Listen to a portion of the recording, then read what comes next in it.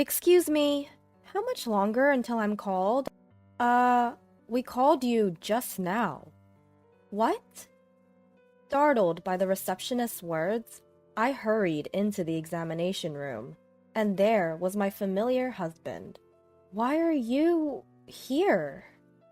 The blood drained from John's face. In his panic, he tried to kick me out of the room. Immediately after, an unbelievable scene came into my view. My name is Christy Thomas, 27 years old. I was raised as the older of two sisters. I work in corporate office management. 3 years ago, I got married and now live with my husband, John. We met in college, worked at the same part-time job, dated for 4 years, and got married. Even now, we maintain a relationship where we can talk about anything, just like friends. By the way, I'm currently 7 weeks pregnant.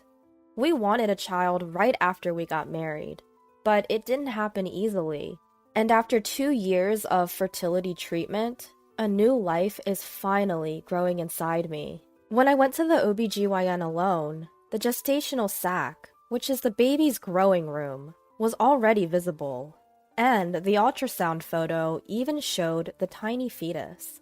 I haven't told John about the pregnancy yet. I wanted to surprise him. On the way back from the OB-GYN, I bought a cake and stopped at a supermarket to get ingredients for his favorite food. When I got home, I started cooking right away. A few hours later, John, who came home saying, "I'm home," widened his eyes when he saw the food on the table. "Wow, it's so luxurious today. There's even my favorite, beef stew." That's right. I thought we should have a party today. Huh? A party? Why all of a sudden? Actually, I went to the hospital today. Hospital? I handed the ultrasound photo I took out of my bag to John, who was looking anxious. Looking at it, he raised his face forcefully and stared at me. "Christy, is this... really? John, we're becoming parents. Really? We're going to be parents?" "Yes, it's true. Our baby has finally come to us." I'm just so surprised. I'm lost for words. I know, it doesn't feel real, does it? But it's true. Our baby is really growing inside me. Growing steadily. Oh my God. Everything seems to be growing fine. Together, John, we're finally becoming parents. With every word I say, the reality of it slowly sinks in. Tears start flowing from my eyes, and before I know it, I can't stop them. John must be really happy too. He hugs me tight, his eyes also brimming with tears. Over and over again, he says, "Thank you," with a grateful smile on his face. Ever since that day, John has been taking on even more of the household chores than before. We used to share the housework, but now he's taken over cleaning the bathroom because it's too dangerous for me. He's also been proactive about grocery shopping for heavy items like rice and water. But that's not all. In order to reduce my burden even a little bit, he started making appointments for my prenatal checkups on his own. He's been asking about my schedule and making my checkup appointments for me, since I'm not so good with using the internet. I've been experiencing mild morning sickness, but not enough to keep me bedridden, so I've continued to work as usual. When I get home, I make dinner and wait for John to come back.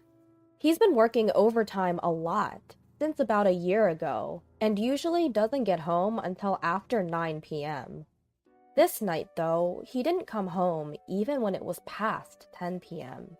Whenever it gets past 9 p.m., he always calls, but tonight, there's no word from him. I try reaching out to him, but there's no response, so I wait for him anxiously. Then, just past 11 p.m., I hear the sound of the front door opening. I rushed over to greet him. John, welcome home! I was worried because you didn't contact me. Sorry. Something came up. But you weren't supposed to have overtime today, right? Did something happen? No. Just got some unexpected work. His eyes are clearly avoiding mine. Something seems off about how he's speaking. An uneasy premonition gripped me, and I confronted him right away. John, are you hiding something? What are you talking about? I'm not hiding anything. Then why won't you look me in the eye? If you have nothing to hide, you should be able to tell me where you were and what you were doing, right? I told you. I got caught up with an unexpected job. Some screw up by a junior. I had to step in and handle it. But even if that was the case, couldn't you have sent me a message like you usually do? I texted you several times. I even called you, didn't I? Well, it couldn't be helped. I was busy. I didn't have time to answer your calls. John, who was usually so composed, raised his voice and glared at me. This was the first time I had ever seen him like this, and it startled me. He continued ranting, panting, and out of breath. After all I do, working late and then coming home to be doubted? What nerve. Is it fun for you, making a fool out of people like this? What are you talking about? I'm not making a fool out of you. I'm just asking why you were late. I said it was because of overtime, didn't I? What more do you want? It's not about what I want or don't want. You didn't contact me like you usually do. That's why I thought it was strange. Oh, enough. You're being so stubborn. Is it because you're pregnant that you're having these intense delusions? What? Listen, Christy, when the time comes for you to give birth, you won't be able to work. And then who do you think is going to support us? Me, right? If you want to be supported, stop interfering in my work. John then left, throwing off his suit and going straight into the bath, after which he shut himself in our bedroom. What was left in the living room was the untouched dinner I had prepared. In front of the untouched side dishes, I was overwhelmed by indescribable emotions. Why? Why would he say things like that? All I did was point out that something felt off. To call it delusions? That's too harsh. Since that day, John began treating me coldly. It became normal for him to come home in the early hours of the morning, and the days when he would come home by 9 p.m., as he used to, became rare. In the midst of all this uncertainty, my pregnancy continued. John, who used to help out with anything and everything, no longer did any household chores, leaving it all to me. The strain of doing the housework while being careful not to exert too much force on my stomach gradually wore me down. Finally, unable to handle everything alone, I called my younger sister Karen. Hey, Karen.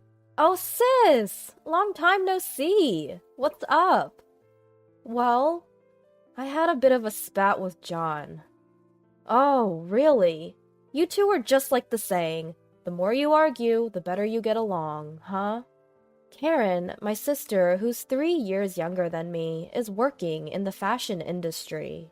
We've always been referred to as two peas in a pod, and we're very close. During my dating days with John, she was my go-to for advice. She's an irreplaceable part of my life.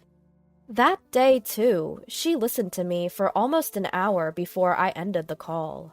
Opening up to her helped me feel a bit better. I was in the 17th week of my pregnancy, and my belly was starting to show.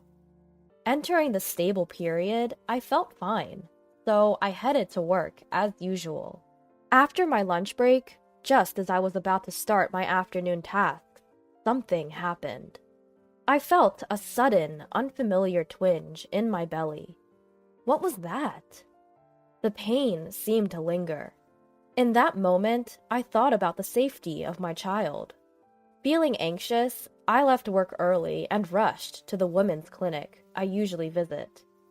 Normally, John would make an appointment for me, but today was unexpected, and I didn't have one. It looked like I'd have to wait a while for a checkup, but the thought of going home like this filled me with anxiety. Ready for a long wait, I explained the situation to the reception staff. "Excuse me, I'm Christy Thomas, and I've been having some mild abdominal pain for a while." "Thomas, please, wait a moment." I didn't have an appointment because it was unexpected today." "Oh, here you are." "Huh? You're Christy Thomas, right? 17 weeks pregnant? We have an appointment for you. Please, wait over there." Okay." As instructed, I took a seat on the waiting room sofa. I took out my planner from my bag to check, but there was no appointment scheduled for today. Since that incident, things have been awkward between John and me, but he's still been making my medical appointments as usual. That said, my next appointment isn't until later. It's definitely not today. Feeling somewhat uneasy, I decided to just wait until they called me. About an hour passed when I was hit by the stomachache again. I stood up and headed to the restroom. And yet, my turn still hadn't come. Even for a busy clinic, I should have been called by now. Could it be that I didn't really have an appointment? I went back to the reception desk and asked a different staff member. "Excuse me, do you know how much longer it will be until I'm called? May I have your name, please?" "It's Thomas. Christy Thomas. I've been waiting for over an hour." "Thomas. Oh. Is there a problem?" "Well, you were called just now." "What? You should have been called into consultation room number 3. I thanked the staff and quickly headed to the consultation room.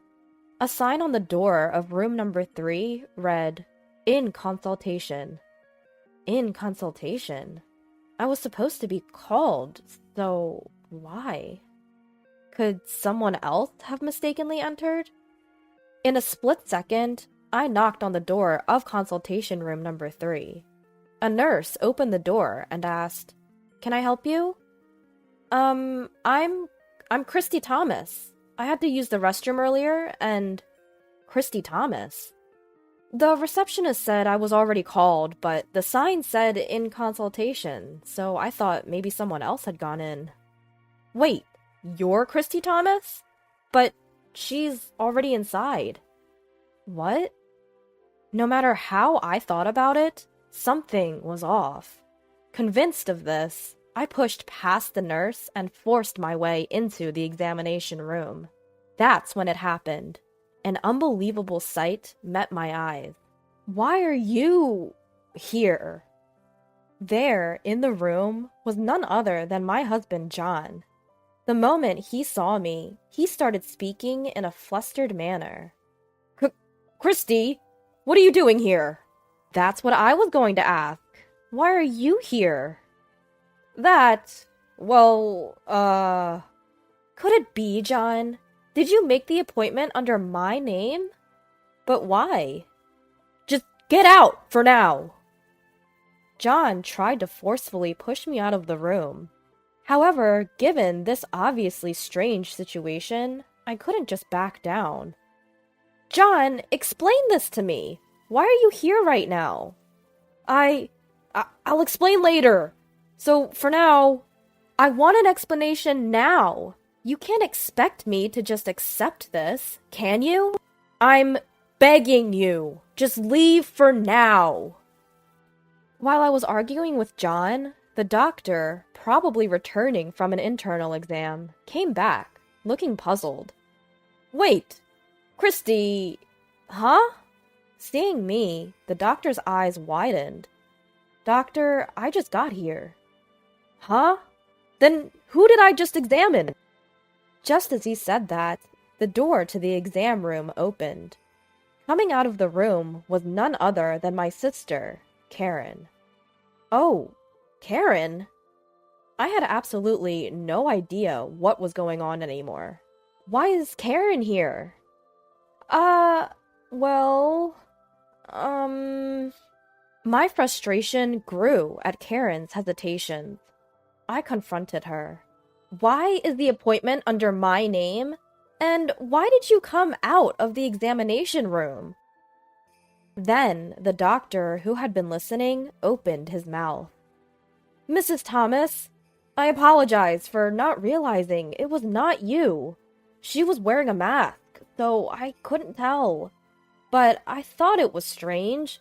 You're supposed to be 17 weeks pregnant, but the baby was too small. It was no wonder the doctor didn't realize. My sister and I look so much alike, and she was wearing a mask. Doctor, the person you just examined is my sister, and that man there is my husband. What?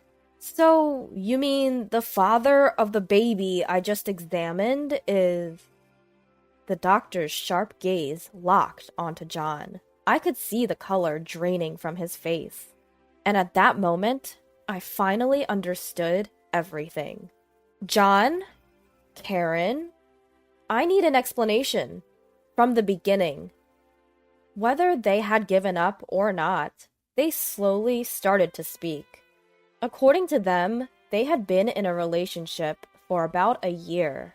While I was struggling to get pregnant and undergoing fertility treatments, they claimed temptation got the better of them. Then my pregnancy was confirmed. At first, they were purely happy, but shortly after, Karen's pregnancy was also confirmed. Karen asked John to accompany her to the hospital because she was scared, and John, in his usual carelessness, mistakenly booked the appointment under my account. He noticed this just before we arrived at the hospital, panicked, pretended to forget the insurance card, and completed the check-in. While I was in the restroom, the staff at the front desk's shift changed. As soon as they called the name for the appointment, Karen must have slipped into the examination room without running into me.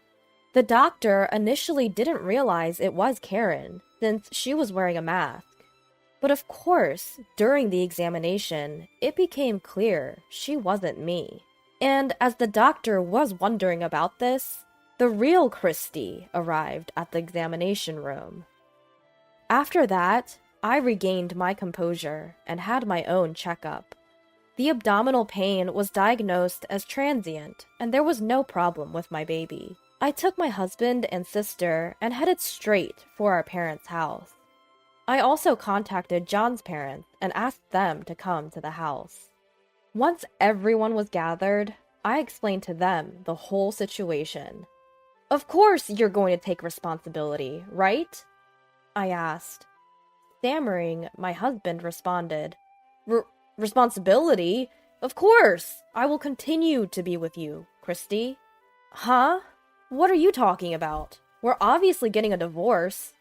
But you just mentioned responsibility. The responsibility I'm talking about is alimony. I'm going to make sure you pay, both you and Karen, for what you've done. What? Wait a minute!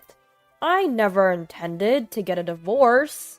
My husband's words sparked anger in my sister, who was standing nearby. What? You said you loved me more! Was that all a lie? Karen grabbed my husband's collar, and they started to argue.